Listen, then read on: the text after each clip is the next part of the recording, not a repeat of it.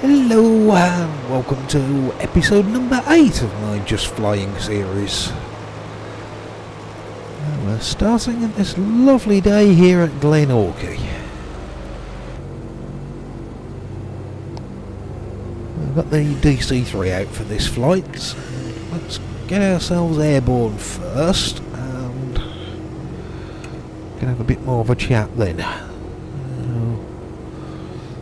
We've got about 8 knots of wind, pretty much all crosswind, so keep us on the eye out for getting pushed sideways. It's not too bad.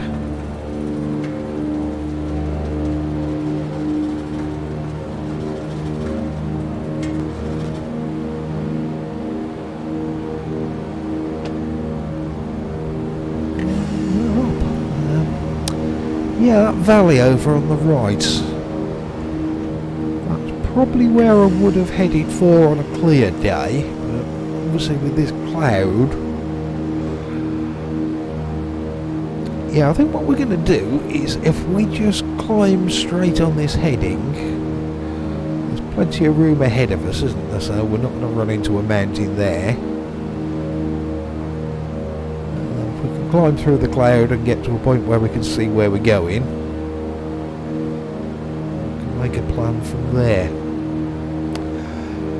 So the idea was to go from here at NZGY Glenorchy and take a short trip over to XNZBR The Branches airstrip. Although I'm wondering if that's going to be possible because the Branches is in a little valley, and if that valley happens to be full of cloud, yeah, I don't know, we'll see when we get there. We'll head over in that direction and who knows, we might be able to land, we might not.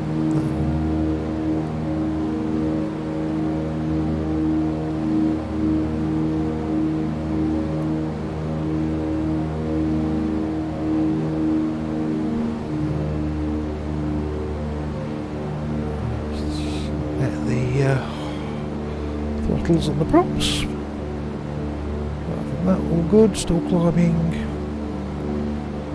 Still roughly on heading, so everything going to plan.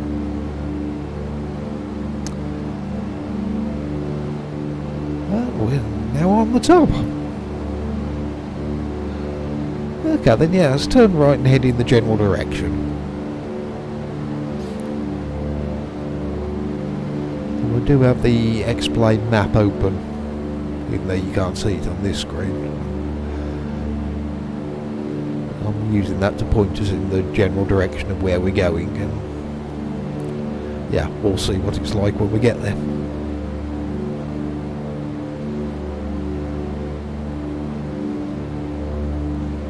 And yeah, it's DC-3 today, which is a very nice plane actually. It's the freeware one. You can get it at explain.org. By AeroWorks.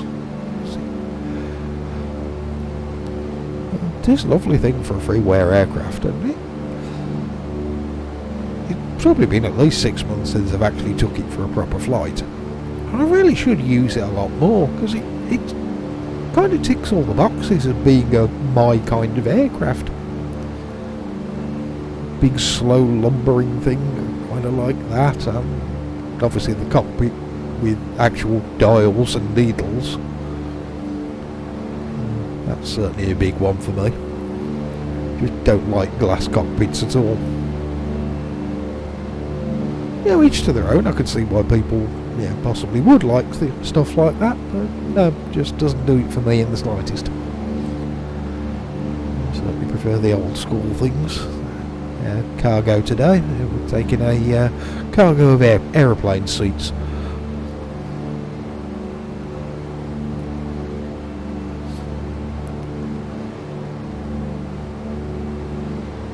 Yeah, it's just the fact with those old school dials like this.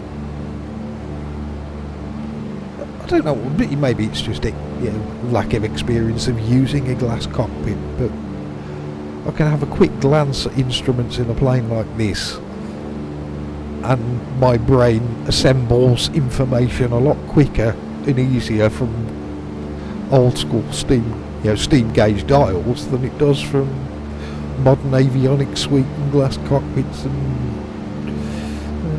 yeah, I just prefer flying like this. Somebody once said I want to fly an aeroplane, not an iPhone, and there's certainly some truth in that as well.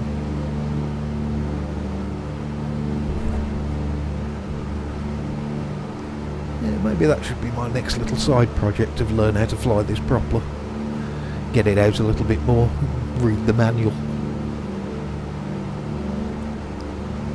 It's nice to have a new toy once in a while, isn't it? The last one of those I had was when I got the Nimbus Islander. Well, I fly these so rarely that actually it almost would be kind of like a new toy if I started to bother to learn to use it properly. Yeah, might do.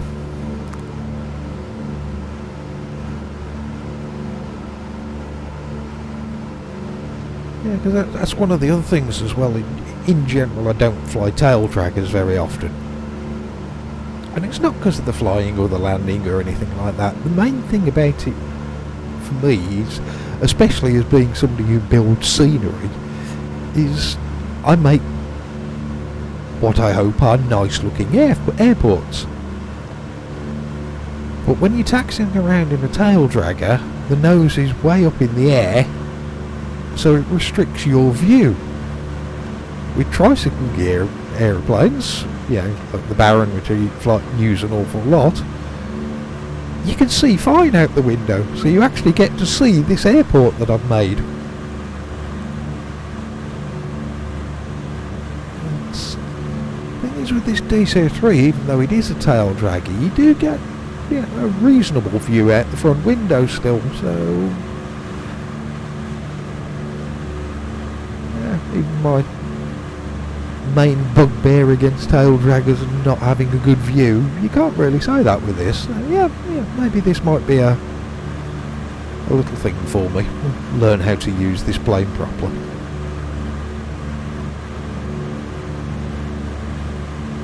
Yeah, we're coming up on the valley where the airfield is, and there's an awful lot of cloud around here, isn't there? I was wondering if there might be a hole we could dive through and get underneath. Doesn't look like that's going to be the case, is it?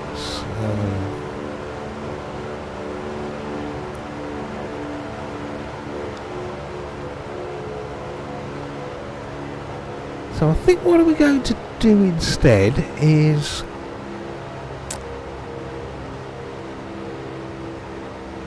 something which you'll only attempt in X-Plane and certainly not in real life.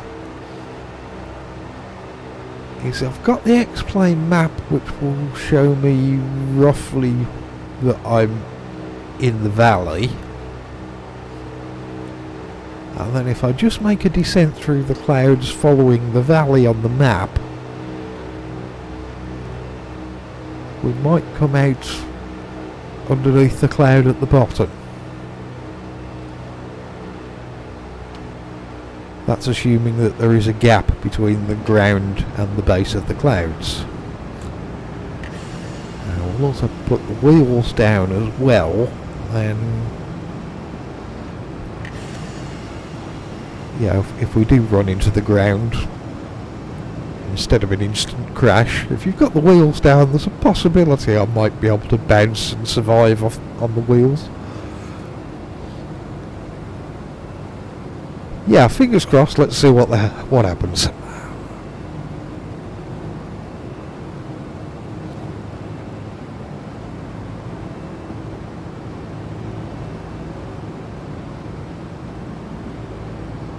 Yeah, I certainly wouldn't be doing this in the real world, would you?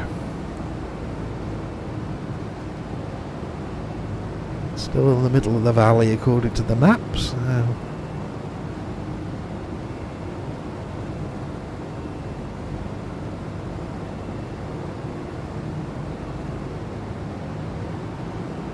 Still going, and oh Jesus, that's the side of a mountain. God's sake. Yeah, that's ground as well. This is not looking good. That might have been a... ooh, hold on. I was about to say that this may have been a big mistake, but this actually may have been a stunningly brilliant idea. Yeah, I seem to be, there's a river and a road, so yeah, this is the correct valley. Got this little tunnel to fly through with the cloud above us. That seems to have gone quite well, actually. Somehow. Yeah, we're alive. Not much room to fly in with the valley walls, ground and the cloud, but yeah, we've got this little tunnel to fly through, so yeah, that's working.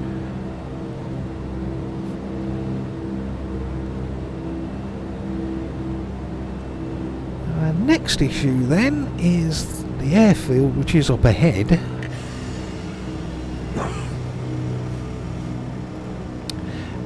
I remember when I built this one that there's a large field with like a thin gravel strip down the middle of it, and it was a little unclear whether you could land in the entire field or whether just the gravel strip was the runway. So I think I made two versions of it, one with quite shorter grass so you could land anywhere, and one version which I'm pretty sure is the one I've got installed with much longer grass that you probably shouldn't be landing on, and only the gravel strip. Now, it's long enough so I don't have a problem there, but it is quite thin and this aircraft is quite large. I think not getting grass on the tyres, that could be a bit of a challenge.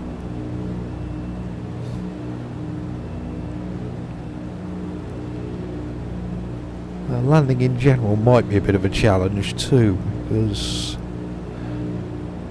you actually sat a little bit higher in this than the planes that I usually fly. If you fly something regularly, you just kind of get a feeling of what altitude you're at just before you touch down. Obviously with this I'm sat much higher off the ground, so I'm saying this out loud to myself to try and stick it into my head of don't fly it into the ground. What I want to do, if it's all possible, is getting very low but not touch down before we're onto this gravel. Well, that may have gone perfectly actually. Drifting off to the sides. Yeah, overcompensated. Yeah, get off the grass. Okay, let's have another look at that. I think the landing went well. I'll be interested to see whether we did touch down before the gravel bit. From the cockpit it felt like that went perfectly. Yeah, very happy with that. Yeah, as far as the landing goes, that one was good. As far as the rollout goes, and yeah, my taxiing skills not quite as good as my landing skills. But hey, we're down. Yeah, that could have gone a lot worse.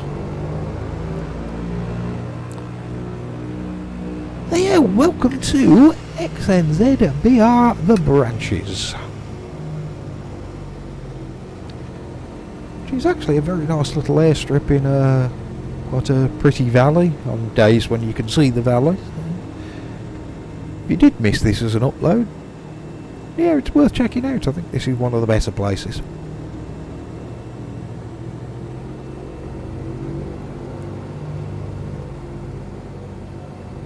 Just maybe come here on a slightly better day.